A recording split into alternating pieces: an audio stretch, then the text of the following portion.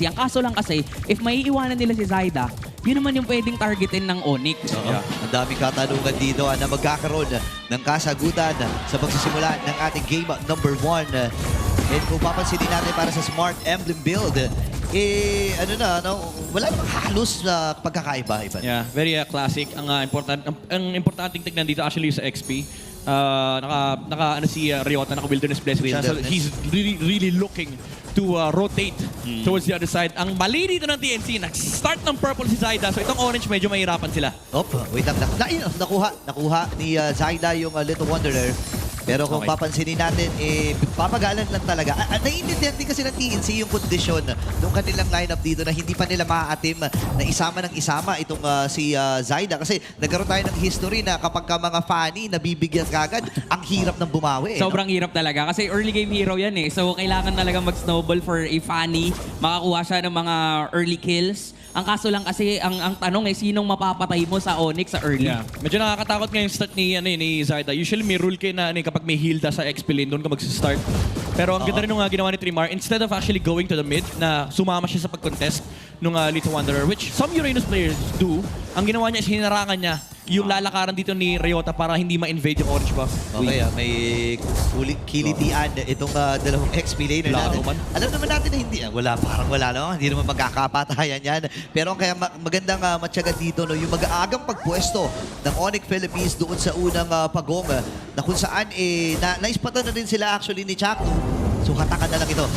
Level 4 agad din actually si Ryota dito. Medyo delay sila Trimar sa pagpasok. Kaya grabe na rin yung zone na ginagawa dito ng Onyx. Pero papasok na naman si Lancy. Dadating si Zyda. Hindi tumama yung kable kaya hindi siya nakapunta. Pero tuloy pa rin yata sa laban. Bumabad pa rin dito ang TNC. Binalipag si Ryota. Pero Hilda yan eh. So lalayo lang din mismo ang TNC. Naglolokohan lang sila doon sa river. So all in all, big resource win para sa Onyx Philippines. Crap. Taken by Benny Cutie. Grabe yung mga may kruhan dito, no? I mean, dito talaga nagmamatter yan eh, yung mga last hits, no? And sa mga casual players na hindi nakakaalam, no? Iba kasi yung gold na makukuha mo pag nalasit mo yung mga minions, no? Yung mga cards. At sobrang importante yun, lalo na sa mga gold laners natin. Plato lang ng kinukuha niya. Ito lang yung advantage ng Uranus. Yun lang. Versus the Hilda, pwede siyang ma-outfarm. So ubos na yung plating. Pawala na.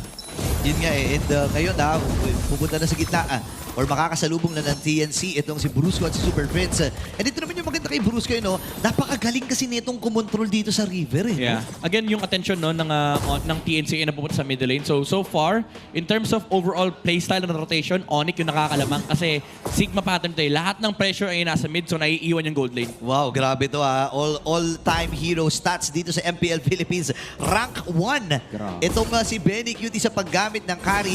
Napakarami na rin kasi history ng carry to. Wait lang Wait lang. Si Chakno dito, delikado. Flicker, mabubuhay pa rin naman sa Super Prince. Naging target ni Zyda. Pero buhay pa rin at wala pa rin mamamatay kahit ang dami nang nangyayari. Makakauwi pa dito si Super Prince Pero eto na, may mga konti pagprisa si Kelra dito Aray!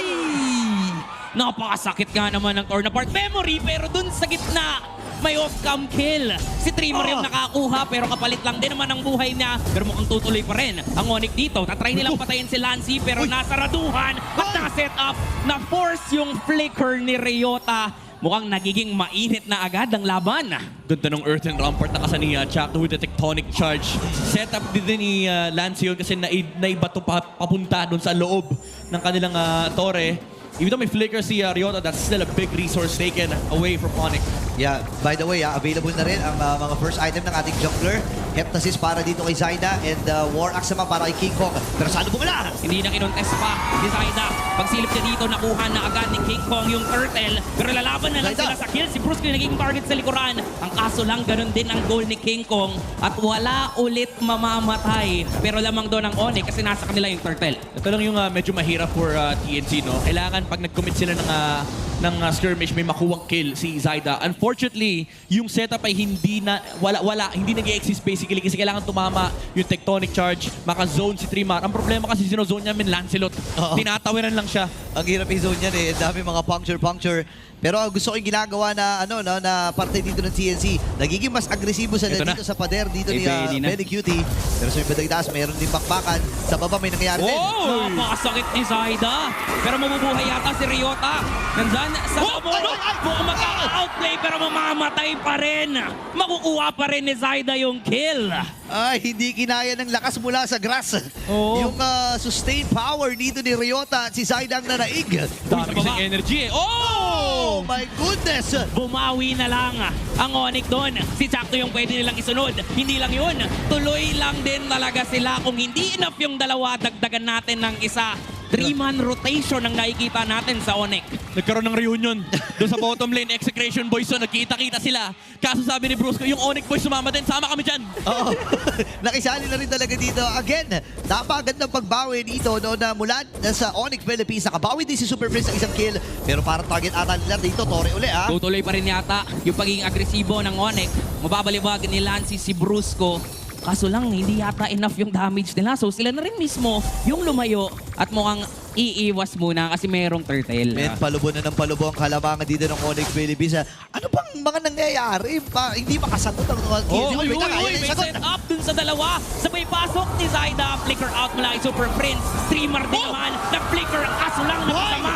Kasi nandun sila sa loob ng Ore. Kaya naman dalawa yung makukuha ng Super Fam. Sa taas si Benny. Suma-side lane. Segway na naman. Wow, bagyo ha. Bumabagyo. TNC. Pero gusto ko lang i-highlight yung point blank traction pulse mula doon sa Kimi. Naabot actually si Zaida pero buti nakapag-cable out naman siya pero na-punish yung pag-flicker papasok ni 3Mar. And ngayon nararamdaman ng TNC, even though masaya si Benny QT kasi nakakakuha siya ng farm, nararamdaman nila yung damage ng Brody. Napakasakit ni Kelra, especially with the torn apart memory. Oo, and ang hirap nito, lalo na kung ikaw si Zaida. By the way, nakita natin kanina yung Infinix handcam ni Zaida na kung paano siya gumamit ng Fanny. Ang ganda rin kasi na naging sagot eh. Kung iisipin mo, kung ikaw ay gold laner at naka-brody ka, hindi ka takot sa pagpasok ng Fanny. Yes, basta naka-ready yung stun. Yung tumbling. Oo, yung Oh, tumbling. yung tumbling. yung Yung pag tumbling. vertical yan Si si Brody. Si Ben tumbling. Oh, ayan na, papasok ulit dito ang Onyx ha. Napakatapang ng Super Fam. Focus lang sa goal.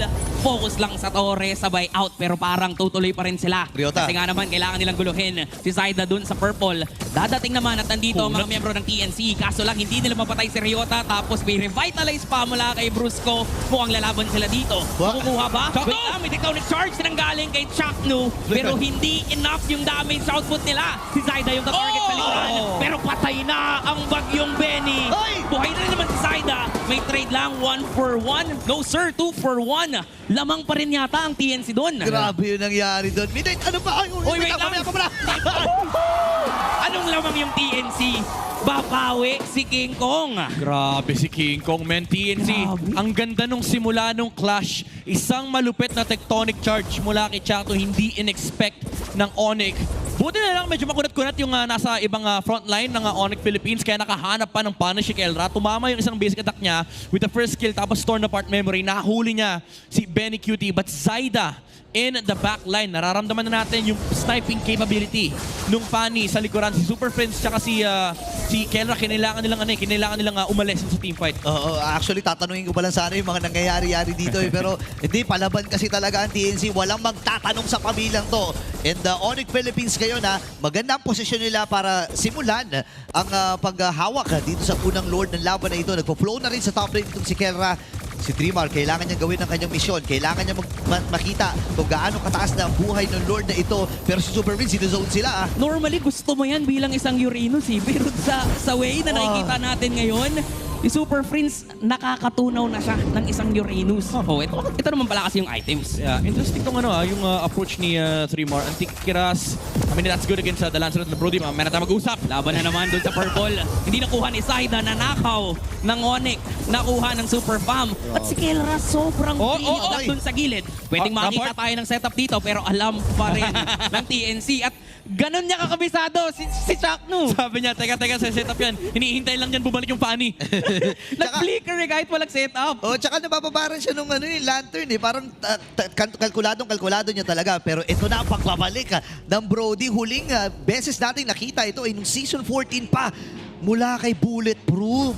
Oh, ano na yan, medyo naging memory na yun talaga. Oo. Si Brody. Actually, kahit sa RG, di ko nakikita yan eh. Oo, matagal na talaga panahon. Pero honestly, medyo masakit sa pakiramdam for Trimar na kinailangan niyang sagutin yung Lancelot tsaka yung Brody muna. Itong Antique Kiras, hindi niya kayang saluhin, men, yung mga sago na lumalabas kay Super Prince. Oh my goodness, ang sakit. Ang hapdi! Ito yung mahirap kasi may physical kang kailangan kontrahin, may magical damage ka rin na kailangan kontrahin.